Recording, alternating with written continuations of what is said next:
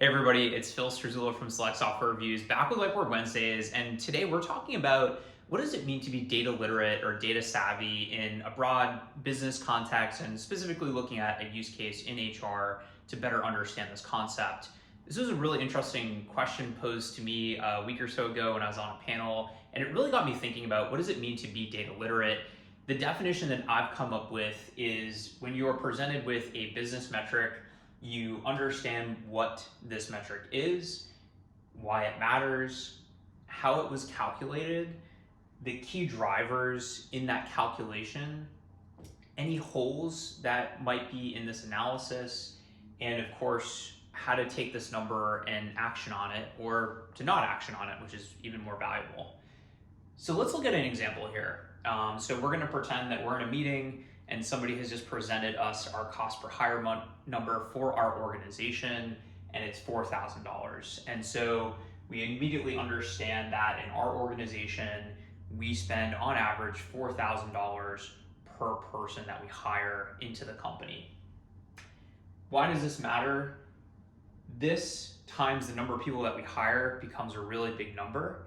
And many of the initiatives that we do in talent acquisition are going to be aimed at decreasing this. So we're doing employer branding, programmatic, better career site, etc., in order to decrease this number, save us a lot of money.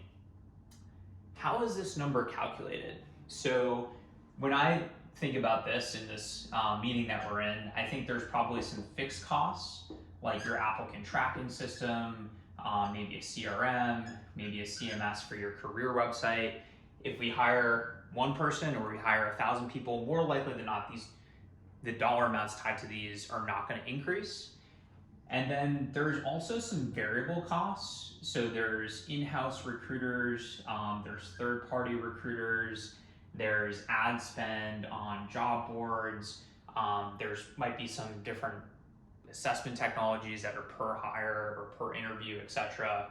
And so this is more or less how this number is calculated. If you take it a level deeper into some of the other sort of key drivers here, what you'll find is that the cost per hire for different roles is very different. So if I'm looking at, let's say, an engineer hire, we might spend a lot on third-party recruiters, and in fact, much of this spend might be rolled up from engineering hires, maybe executive hires, etc. And conversely, maybe if we run a grocery store, other sort of retail organizations, we're going to have maybe a lot of ad spend for higher volume roles, maybe cashiers, customer service, etc.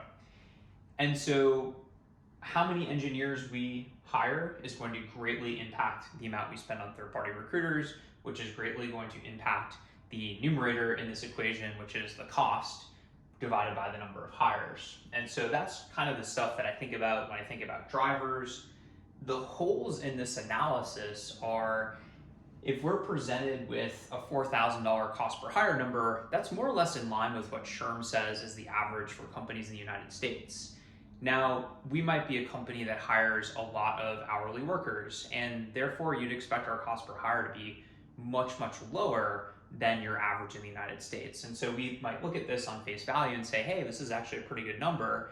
But when we dig into it, we say, you know what?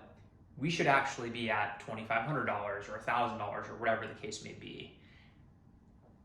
There's a lot of other holes in sort of how costs are allocated. So if you think about, let's just say, for example, we spend, $100,000 per year on fixed costs. It's like, okay, like how much of an engineer hire do we allocate to this? How much of a hourly worker do we allocate to this, etc. So there's lots of different pitfalls in the ways that an individual person who puts this analysis together might actually calculate something, and therefore sometimes it's worth digging into to understand. In terms of what's next for our organization, we might look at this and we might say, hey, when we kind of do this analysis on where the drivers are behind our costs, we're realizing that we're spending a tremendous amount of money on third-party recruiters, and therefore we might want to invest in programmatic advertising that will allow us to not only better allocate our ad spend, but also decrease our reliance on human beings to source, etc. We might also realize, hey, we've got 300,000 records that are just kind of hanging out in our ATS. If we invested in a CRM, or we better utilize the CRM that we already have, we can actually start to nurture those people. We can hire a bunch of these people, and therefore we can decrease our ad spend. We can decrease our reliance on third-party recruiters, etc.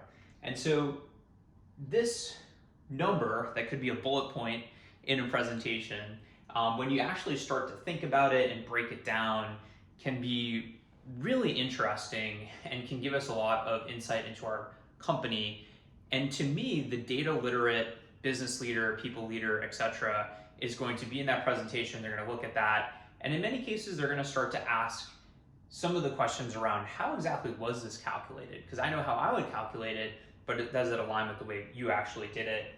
What are the key things, the key lever points, and how is that going to inform how we say, hey, this is actually pretty good, let's leave it alone, or you know what, this should be $2,500, let's look in detail at how we can decrease that. Bill Struzzillo from Select Software Reviews. Super curious to hear if you have another definition of what makes somebody data literate. Thanks for checking out the video.